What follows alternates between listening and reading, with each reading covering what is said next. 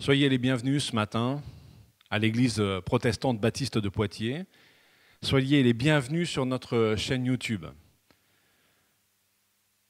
Nous allons ensemble célébrer notre Dieu. Nous allons ensemble proclamer sa grandeur. Nous allons ensemble chanter et louer celui qui nous a rachetés et sauvés.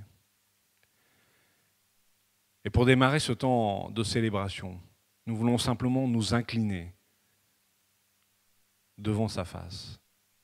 Nous voulons faire taire ces voix qui sont en nous et qui peut-être ont été nourries par des choses cette semaine. Nous voulons faire silence dans nos cœurs et dans nos âmes pour laisser toute la place à sa voix. Alors ensemble, nous prions. Notre Dieu, notre Père, le chemin s'élève et nous nous sentons parfois comme pris de vertige. Nous regardons la plaine, les collines de nos vies, les 12 entrelacs des lacs et des rivières, les villages où nous avons laissé les amis que nous aimons. Le chemin s'élève. Et parfois nous craignons qu'il ne monte trop haut, trop vite. Nous aimerions rester un peu, nous attarder quelques instants dans ce monde que nous connaissons, ce monde que nous aimons, ce monde qui est le nôtre. Mais le chemin s'élève. Tu nous appelles, tu nous attends. Ta main déjà nous invite à reprendre la marche et nous laissons derrière nous ce qui a fait notre vie. Nous nous tournons vers toi.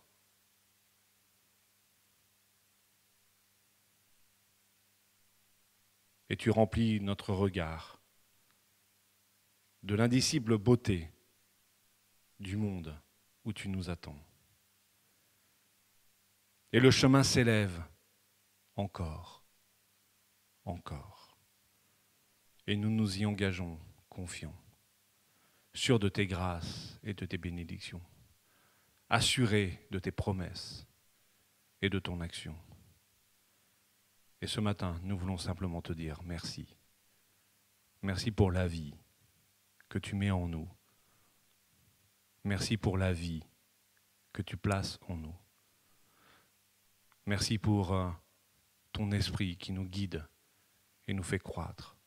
Merci pour ta parole qui façonne nos existences. Merci pour nos frères et sœurs qui sont autant de canaux par lesquels tu peux aussi nous parler, nous faire croître et nous faire fructifier. Alors oui, merci Seigneur, pour qui tu es, pour ton plan et pour notre communauté, dans le beau nom de Jésus. Amen. Et nous voulons recevoir ensemble cette parole qui nourrit nos âmes, cette parole qui donne la vie, cette parole qui nous parle et nous révèle celui qui nous a sauvés, ce Dieu qui nous aime, ce Dieu qui nous chérit. Et nous lisons dans le psaume 146, « Louez l'Éternel. Loue l'Éternel mon âme. Je louerai l'Éternel tant que je vivrai, je célébrerai mon Dieu tant que j'existerai. Ne placez pas votre confiance dans les grands, dans les hommes qui sont incapables de sauver. Leur souffle s'en va, et ils retournent à la terre, et leurs projets meurent avec eux. Mais heureux celui qui a pour secours le Dieu de Jacob, qui met son espoir en l'Éternel son Dieu. Il a fait le ciel et la terre, la mer et tout ce qui s'y trouve. Il protège éternellement la vérité, il fait droit aux opprimés, il donne du pain aux affamés. L'Éternel délivre les prisonniers. L'Éternel ouvre les yeux des aveugles. L'Éternel redresse ceux qui sont courbés. L'Éternel aime les justes. L'Éternel protège les étrangers. Il soutient l'orphelin et la veuve, mais il fait dévier la voie des méchants. L'Éternel règne éternellement. Il est ton Dieu, Sion, de génération en génération. Louez l'Éternel. Et c'est ce que nous voulons faire ce matin. Nous voulons proclamer la grandeur de son nom, bénir le Dieu grand et merveilleux qu'il est, et proclamer combien nous sommes fiers d'être ses enfants.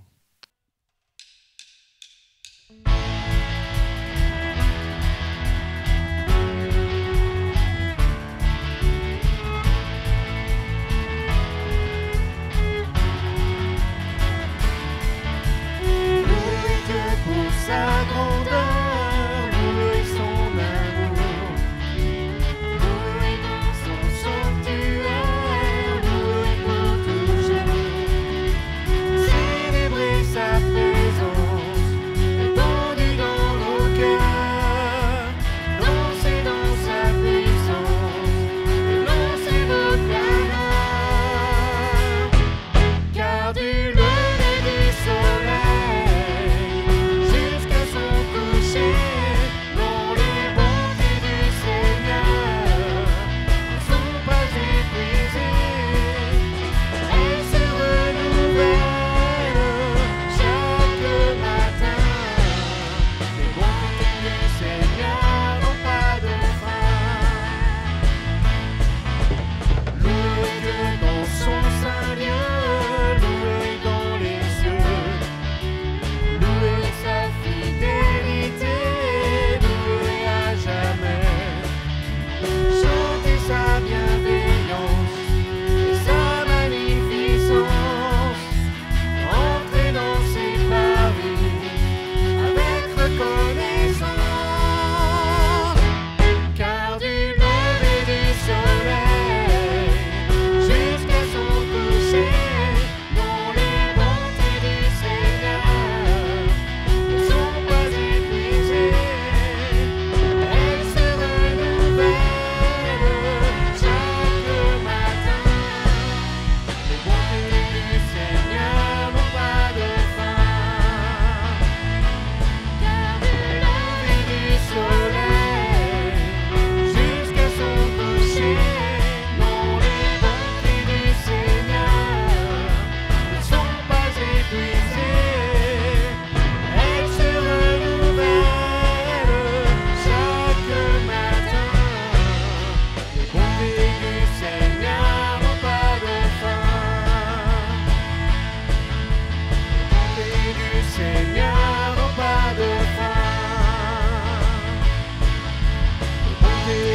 Seigneur n'ont pas de fin.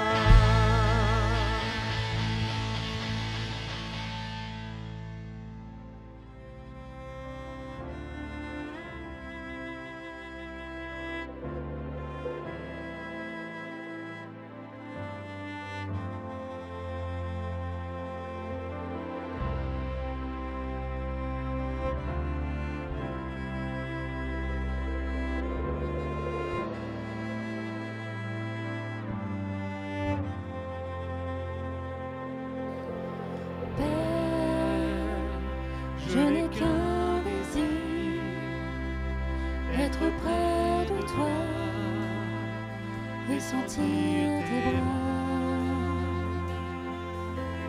Père, tu as envoyé ton Fils bien-aimé pour quiconque croit. Saint-Esprit qui donne vie, ranime en moi ce feu pour toi. Saint-Esprit, viens par ta pluie, rafraîchis-moi et envoie un souffle nouveau.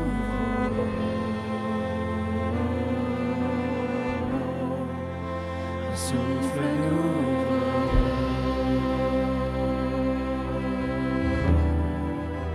un souffle nouveau,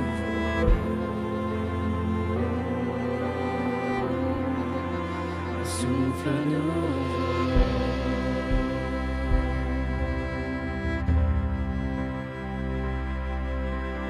Père, je n'ai qu'un désir, rester près de toi, écouter ta voix. Oh, tout donné, et c'est à tes pieds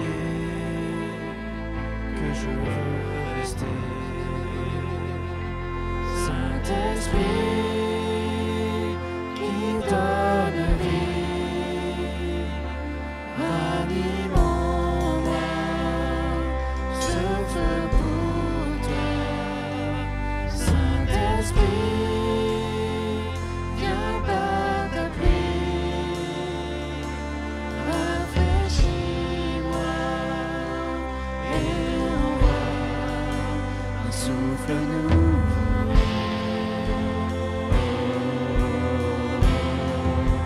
Souffle nouveau, un souffle nouveau,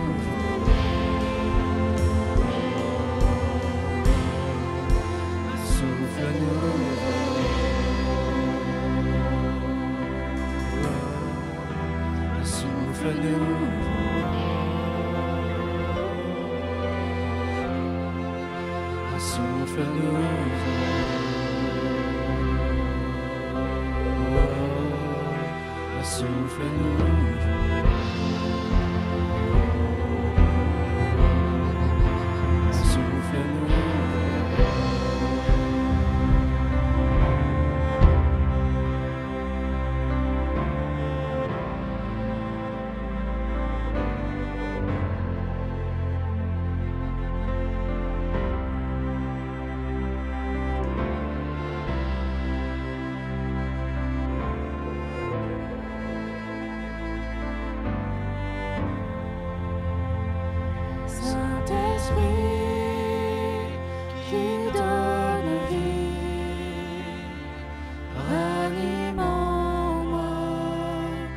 Ce feu pour toi, Saint-Esprit,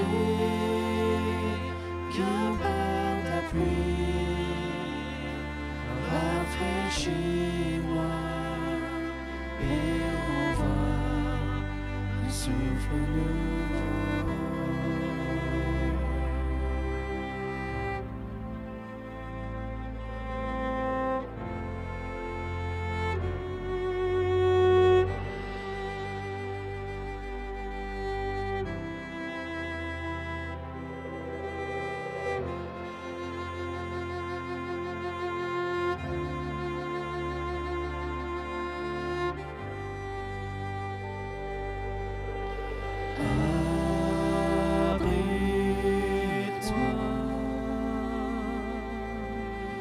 Sous tes ailes, couvre-moi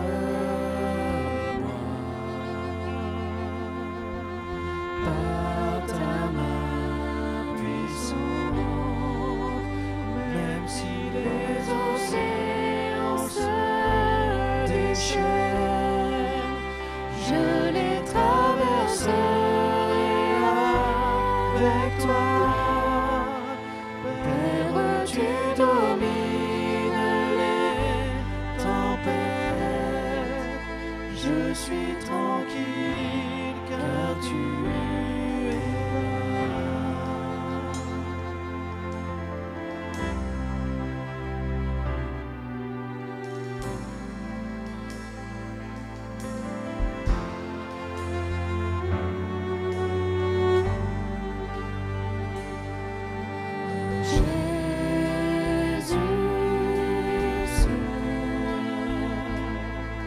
Je me confie, il me donne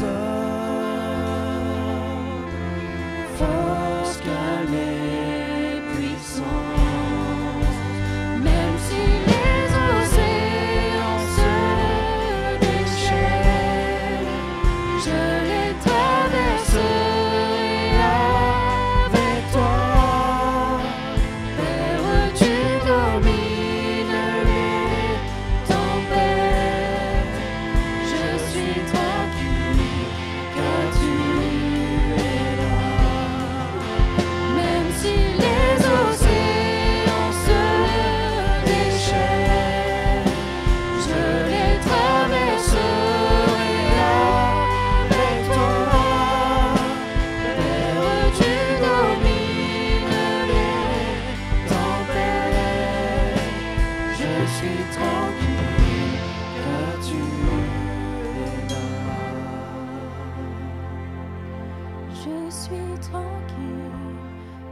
tu es là.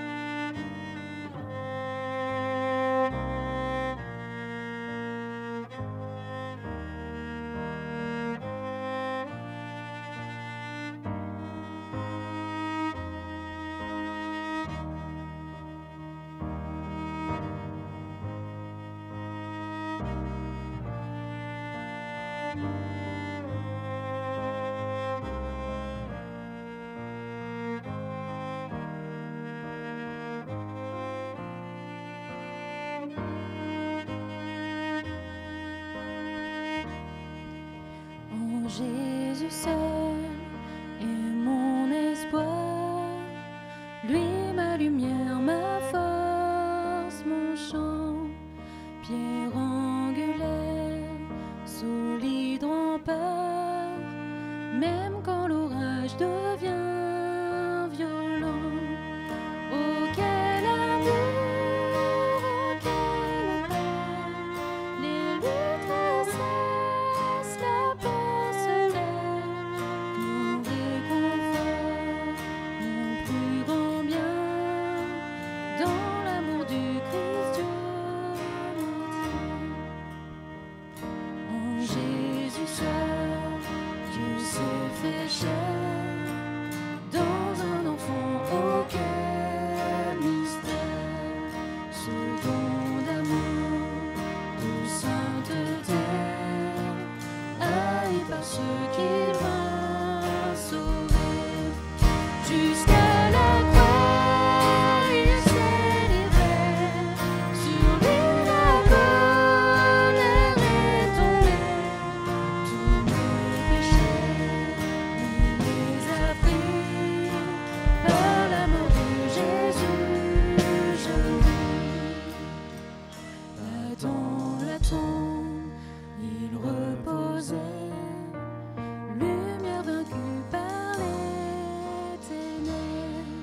Quel jour glorieux, il apparaît, d'entre les morts il se relève, et sur ma vie par sa victoire, le péché meurt de son pouvoir. Il est à moi, je suis à lui, racheté par le sang du Christ. Je vis en paix, je me sens crainte, gardé par la puissance du Christ, du premier cri au dernier souffle. Jésus est maître de ma vie. Les plans des hommes ou du malheur ne peuvent m'arracher de sa main.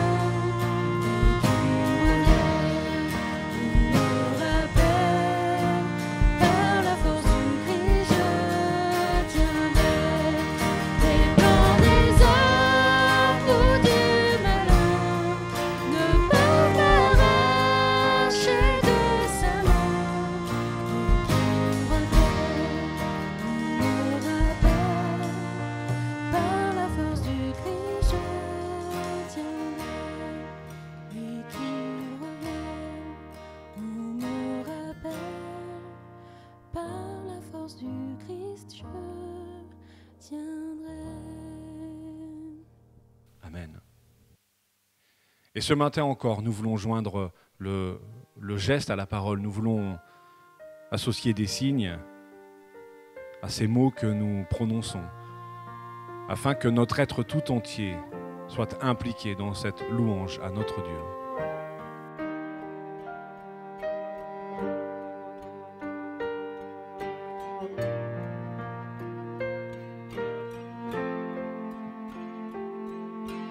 Viens, Saint-Esprit, viens, ouvre le ciel, descends sur nous,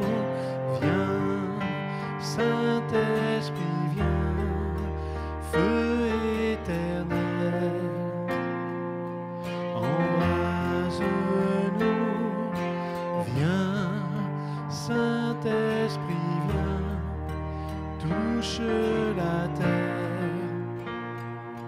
Descends sur nous, viens, Saint-Esprit, viens, amour du Père.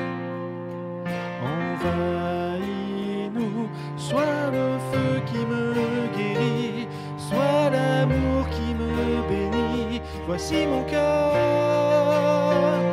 voici mon cœur.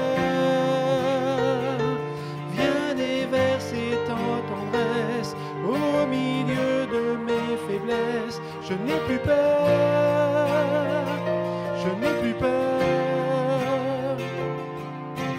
Viens, Saint-Esprit, viens, fends l'atmosphère. Descends sur nous, viens, Saint-Esprit, viens, de ta lumière. Envahis-nous, sois le feu qui me guérit, sois l'amour qui me bénit. Voici mon cœur, voici mon cœur. Viens déverser ta tendresse au milieu de mes faiblesses. Je n'ai plus peur, je n'ai plus peur. Sois le feu qui me guérit, sois l'amour qui me bénit. Voici mon cœur, voici mon cœur. Viens déverser ta tendresse au milieu de mes faiblesses. Je n'ai plus peur, je n'ai plus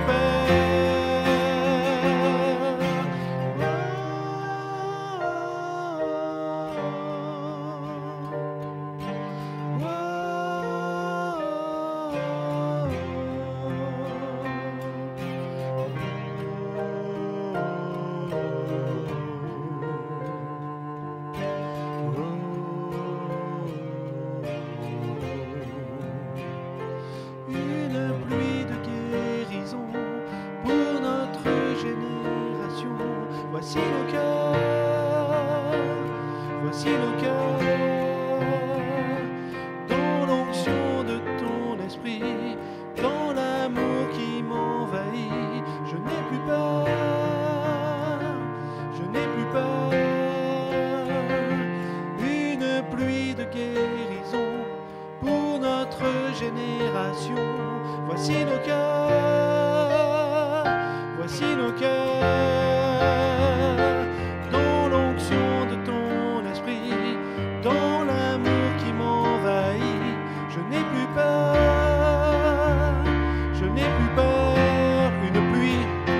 Une pluie de guérison pour notre génération. Voici nos cœurs, voici nos cœurs, Seigneur, dans l'onction de ton esprit, dans l'amour qui m'envahit. Je n'ai plus peur, je n'ai plus peur.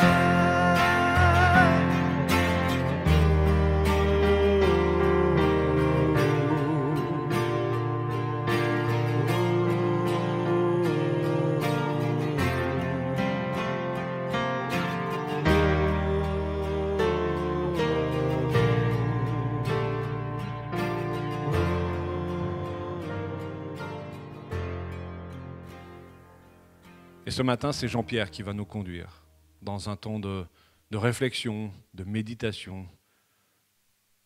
Alors ensemble, nous prions. Notre Dieu, notre Père, nous te bénissons pour cette parole dont tu dis qu'elle est théopneustos, souffle de vie. C'est elle qui donne la vie à nos êtres, c'est elle qui façonne en nous cette identité nouvelle que nous avons. C'est elle qui nous révèle chaque jour un peu plus de nouvelles facettes de ta personne. Alors ce matin, nous voulons nous laisser encore conduire par toi, nous laisser diriger par toi. Nous voulons recevoir ce que tu veux nous donner, afin que cette parole qui donne la vie pénètre nos âmes, nos cœurs, nos pensées, et que nous puissions être renouvelés, restaurés, encouragés, fortifiés. Pose ta main sur ton serviteur qui va nous enseigner maintenant, afin que par ces mots, ton esprit nous parle, que par ces mots, ta parole résonne en nous et que par ces mots, nous puissions recevoir ce que tu veux nous donner pour que nos vies soient transformées en l'image de ton Fils bien-aimé, dans le beau nom de Jésus-Christ. Amen. Voilà, bonjour à tous, frères et sœurs. Nous nous retrouvons encore ce matin, ce dimanche, dans une situation un peu particulière, puisque nous ne sommes pas l'Église, mais nous sommes assurés de la présence de Dieu, et c'est quand même ça le principal. Et nous pensons bien sûr, tout particulièrement, et nous prions pour Charles, Simone, Véronique, toute la famille qui sont actuellement impactés par ce virus. Nous pensons bien à eux. Voilà. Alors, en ces temps troublés que nous vivons à cause de cette pernicieuse pandémie de Covid-19, j'ai à cœur de méditer ce matin avec vous, avec cette réflexion. Ce que certains appellent foi ne peut-il pas être parfois de la présomption? Alors pour cela, je vais commencer par un passage de l'Ancien Testament, cher à notre pasteur, l'Ancien Testament. C'est l'histoire des 3 Hébreux, Shadrach, Meshach et Abednego, amis du prophète Daniel, menacés de la fournaise ardente par un puissant roi, qui nous montre la différence entre la foi véritable et la présomption. Écoutons bien ce passage et nous allons essayer de le commenter ensuite. C'est dans le chapitre 3 de Daniel, les versets 17 et 18. « Si notre Dieu que nous servons est capable de nous sauver, il nous sauvera de la fournaise où brûle un feu intense et de ton pouvoir, roi. Sinon, sache bien, ô roi, que nous refuserons quand même de servir tes dieux et d'adorer la statue d'or que tu as dressée. » Je pense que nous avons tous en mémoire le récit de ces 3 amis de Daniel qui, par fidélité à Dieu, refusent d'adorer la statue du roi Nebuchadnezzar et sont menacés d'être jetés dans une fournaise ardente. Vous relirez ce passage, cette histoire dans Daniel au chapitre 3.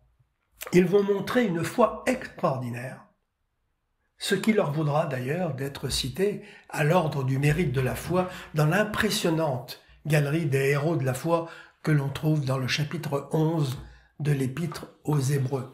Et au versets 33 et 34, on peut lire « Grâce à la foi, ils vainquirent des royaumes, pratiquèrent la justice et obtinrent ce que Dieu avait promis.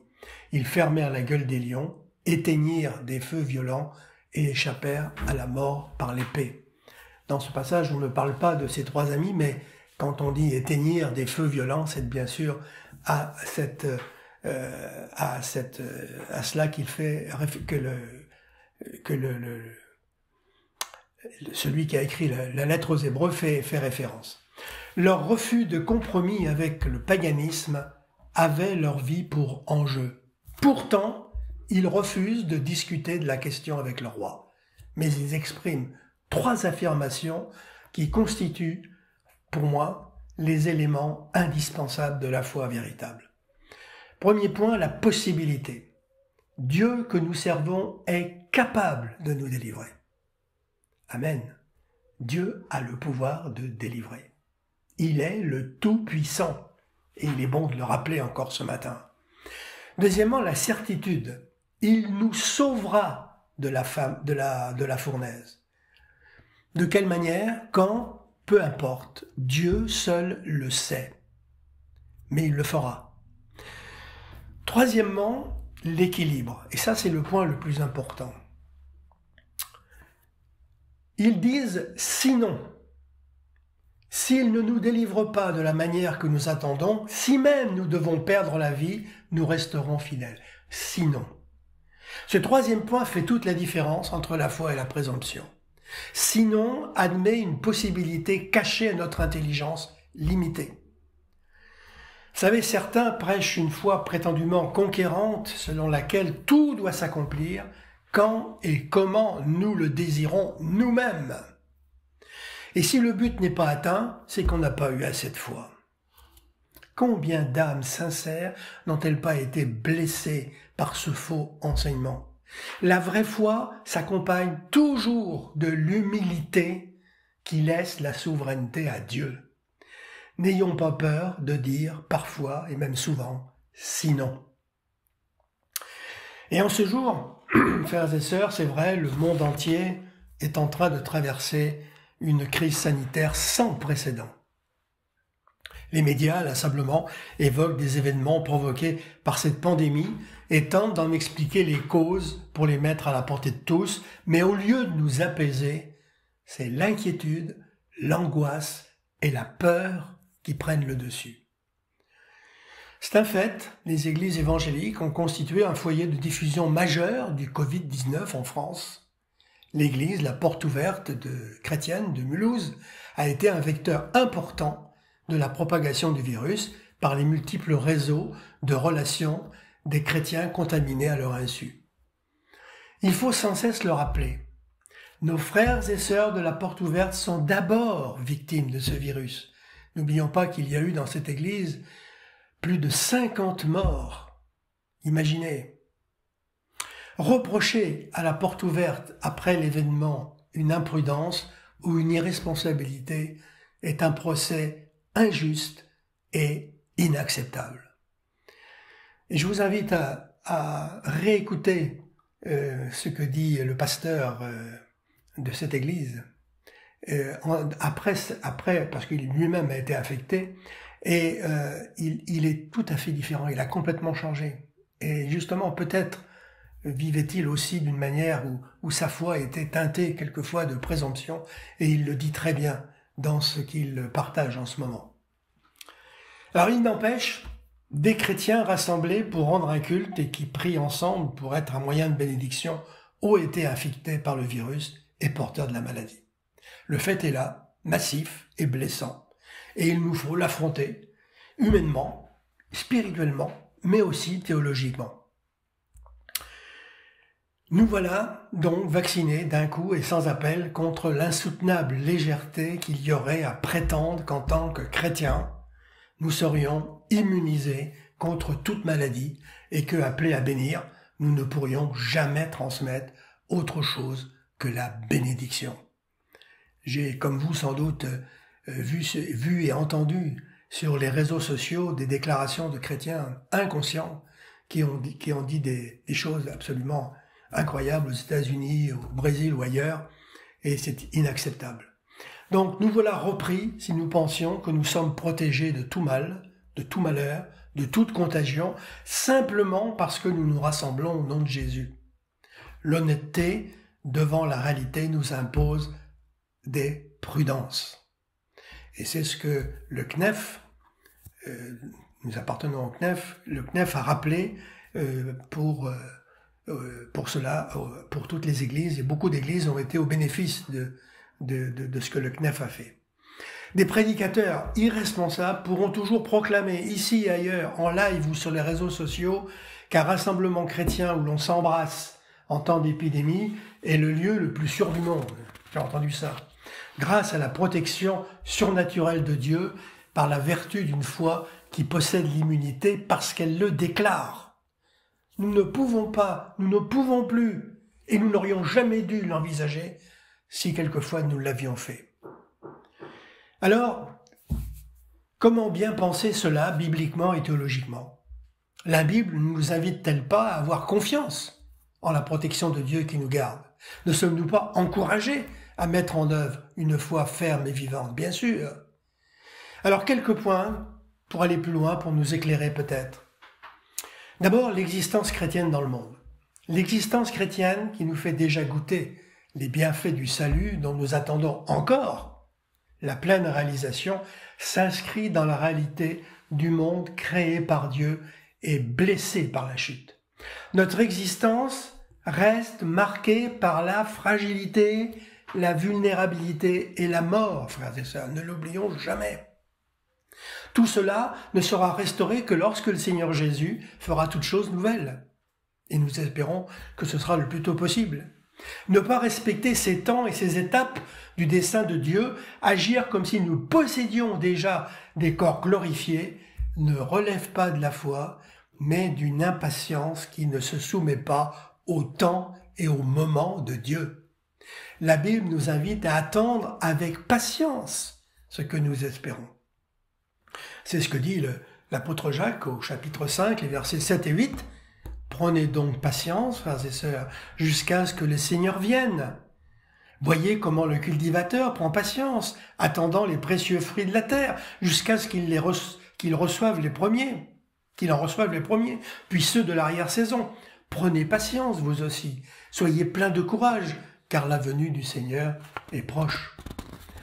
Cela implique d'assumer en toute humilité et responsabilité que nous appartenons au monde marqué par le péché et la fragilité, en portant certes le trésor de l'Évangile, mais dans des vases de terre, comme le dit très justement l'apôtre Paul dans 2 Corinthiens chapitre 4 et verset 7, mais nous portons ce trésor spirituel en nous comme en des vases d'argile, pour qu'il soit clair que cette puissance extraordinaire vient de Dieu et non de nous. Deuxième point, la foi et les vertus chrétiennes. Il est facile, et parfois tentant, je l'avoue, d'isoler un aspect de l'enseignement biblique et de l'absolutiser. Il y en a beaucoup qui font comme ça. Une théologie unilatérale du péché, sans insistance suffisante sur la grâce, trahit l'enseignement biblique, de même qu'une éthique unilatérale de l'amour. Pareillement, une spiritualité que valorise la foi a besoin d'intégrer l'ensemble des données bibliques pour rester juste et équilibrée.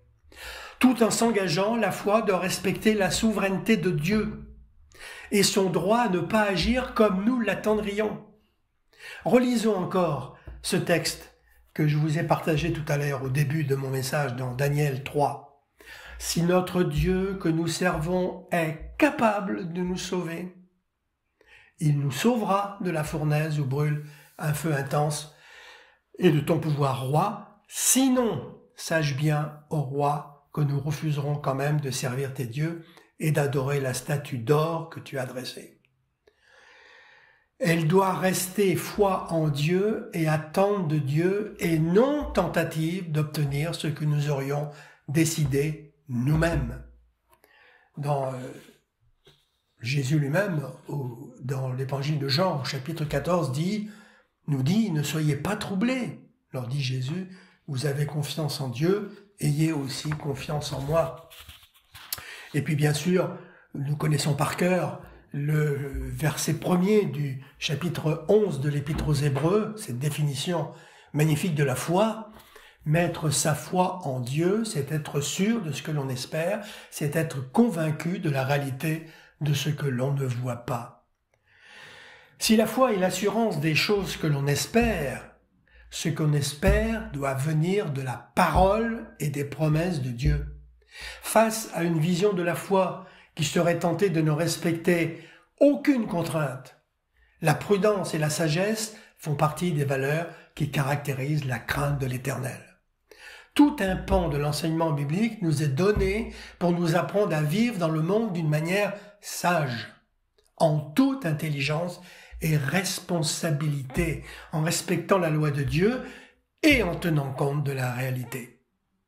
S'il existe des situations où la foi doit s'attendre à Dieu, par-delà toute possibilité humaine, une foi qui s'affranchirait systématiquement de toute contrainte ne serait, frères et sœurs, qu'orgueil et présomption.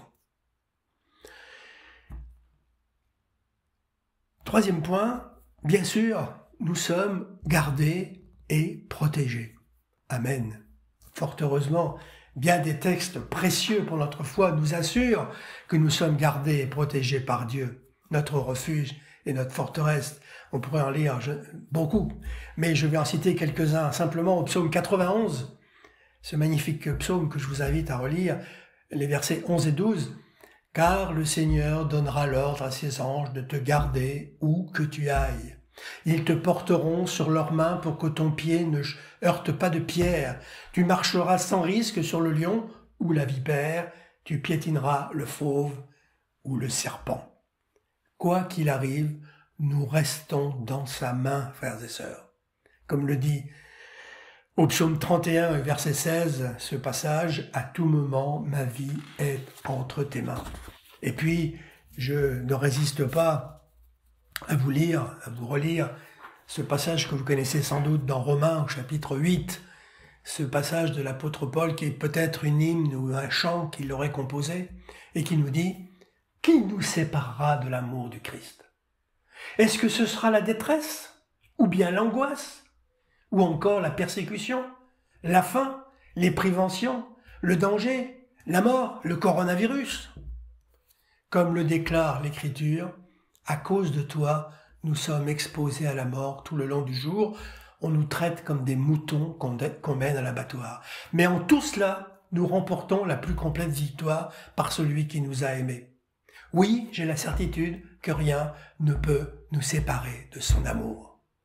Ni la mort, ni la vie, ni les anges, ni d'autres autorités aux puissances célestes, ni le présent, ni l'avenir, ni les forces d'en haut, ni celles d'en bas, ni aucune autre chose créée, rien ne pourra jamais nous séparer de l'amour que Dieu nous a manifesté en Jésus-Christ notre Seigneur. Amen. Quelle belle promesse. Ne croyez-vous pas? Elles sont pour nous, elles sont pour moi, elles sont pour vous ce matin. Ces textes, cependant, doivent être lus et compris selon leur intention.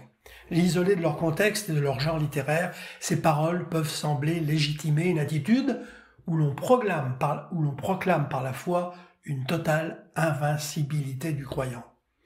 Mais tout au contraire, ces textes parlent d'une humble dépendance du croyant qui se met à l'abri du Très-Haut, qui cherche son refuge en Dieu, qui se réfugie sous son aile. Il s'agit d'humilité face au danger, dans un contexte de détresse avec des images fortes données pour dire toutes les situations au sein desquelles on peut expérimenter le refuge dans le Seigneur. Aucune bravade présomptueuse qui permettrait des actes inconscients. Et il y a là un fait significatif, le tentateur, le diable, s'est servi du texte que nous avons lu au psaume 91 pour inviter Jésus à la bravade inconsciente de se jeter du temple pour prouver la puissance de Dieu. Et Jésus, vous le savez, a refusé net. On lit ça dans Matthieu au chapitre 4, les versets 5 à 7.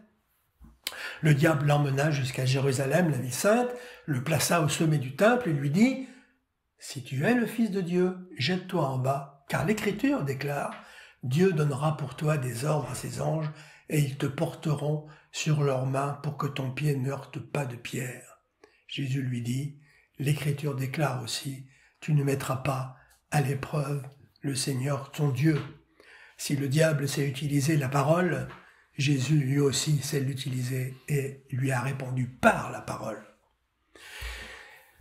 Ensuite, la prière, bien sûr, dans tout cela, est vitale. Nous le savons tous. Elle est le point de départ de toute aventure avec Dieu. Par la prière juste de foi, nous pénétrons quelques secrets du Père. Quand elle est juste et saine, elle ne nous maintient pas seulement dans la contemplation, mais nous pousse à agir. Et aujourd'hui, ce que le Seigneur nous demande, c'est d'être prudent et non présomptueux. Voilà pourquoi nous respectons toutes ces mesures contraignantes, mais nécessaires. Nous avons, frères et sœurs, à cultiver encore et encore cette confiance en la protection de Dieu, selon son bon vouloir, je tiens à le rappeler, au cœur de l'épidémie qui nous entoure et qui nous atteint aussi. En nous rappelant que Dieu protège de l'épreuve, mais aussi dans l'épreuve. Et que la protection certaine et inébranlable qu'il nous accorde est que nous lui appartenons en propre et pour toujours. Aucune bravade, aucune présomption, mais une humble confiance dans la dépendance et l'espérance. Alors, ne soyons pas inquiets, frères et sœurs. Ne soyons pas inquiets. L'inquiétude et la peur surgissent dans notre cœur face à l'adversité par manque de foi. Et le manque de foi est souvent la conséquence de l'ignorance ou de la négligence à mettre en pratique la parole de Dieu, ou tout simplement, le manque de foi vient de la mise en oubli des lois de Dieu.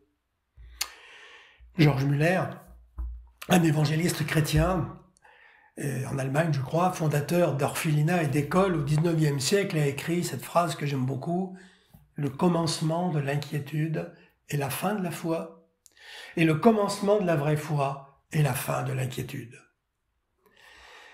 Dans Jean, également, au chapitre 14, et au verset 1, puis après les versets 29, 27 et 29, voilà ce que nous dit Jésus.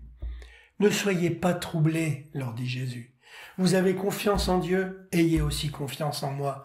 C'est la paix que je vous laisse. C'est ma paix que je vous donne.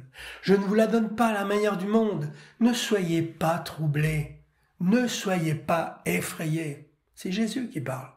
Et il parle encore aujourd'hui, il nous parle encore aujourd'hui. Et un peu plus loin, il dit, « Vous m'avez entendu dire, je m'en vais, mais je reviendrai auprès de vous. Si vous m'aimiez, vous vous réjouiriez de savoir que je vais auprès du Père, parce que le Père est plus grand que moi. Je vous l'ai annoncé maintenant, avant que ces choses arrivent, afin que lorsqu'elles arriveront, vous croyiez. » Frères et sœurs, soyons de ceux qui découragent le découragement et non le contraire. Allez, redressons-nous avec nos regards pointés vers l'avènement du retour de notre glorieux roi. La joie et la foi doivent l'emporter sur la peur, car c'est la joie divine de la résurrection qui doit désormais nous animer. Amen. Et pour terminer vraiment, je vais laisser la place à la parole de Dieu, qui est notre seul phare dans ce monde troublé. Il est bon de le rappeler encore ce matin. Un texte de l'Ancien Testament d'abord, dans Exode au chapitre 14, les versets 13 et 14.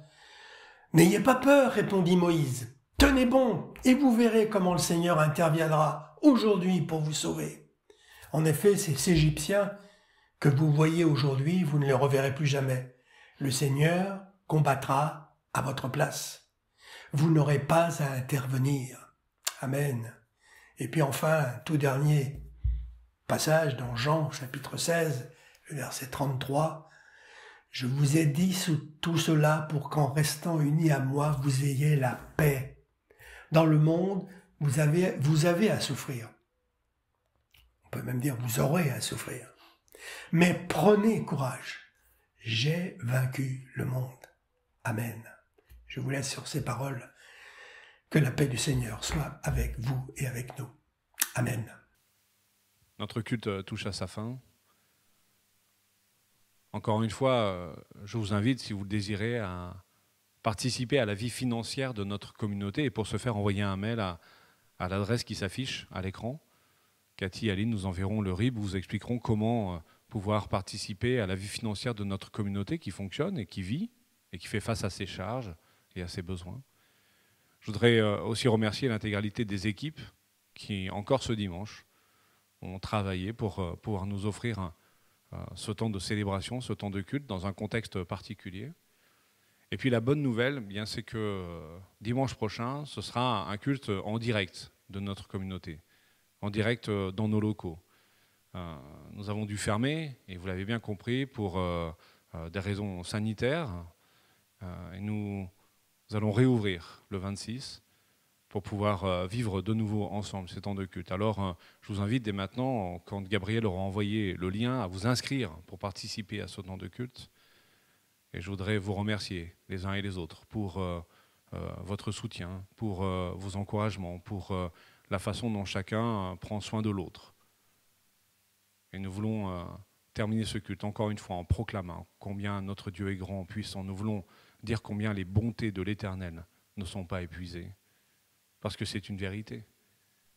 Alors que Dieu vous garde, vous bénisse, vous accompagne dans cette semaine qui s'ouvre et que, effectivement, vous puissiez vous saisir du fait que les bontés de l'Éternel ne sont pas épuisées, mais qu'elles se renouvellent chaque matin, afin que chaque matin, nous puissions puiser dans ce compte bancaire de la grâce, afin de vivre chaque journée comme des dispensateurs de grâce, dans le bon nom de Jésus-Christ. Amen.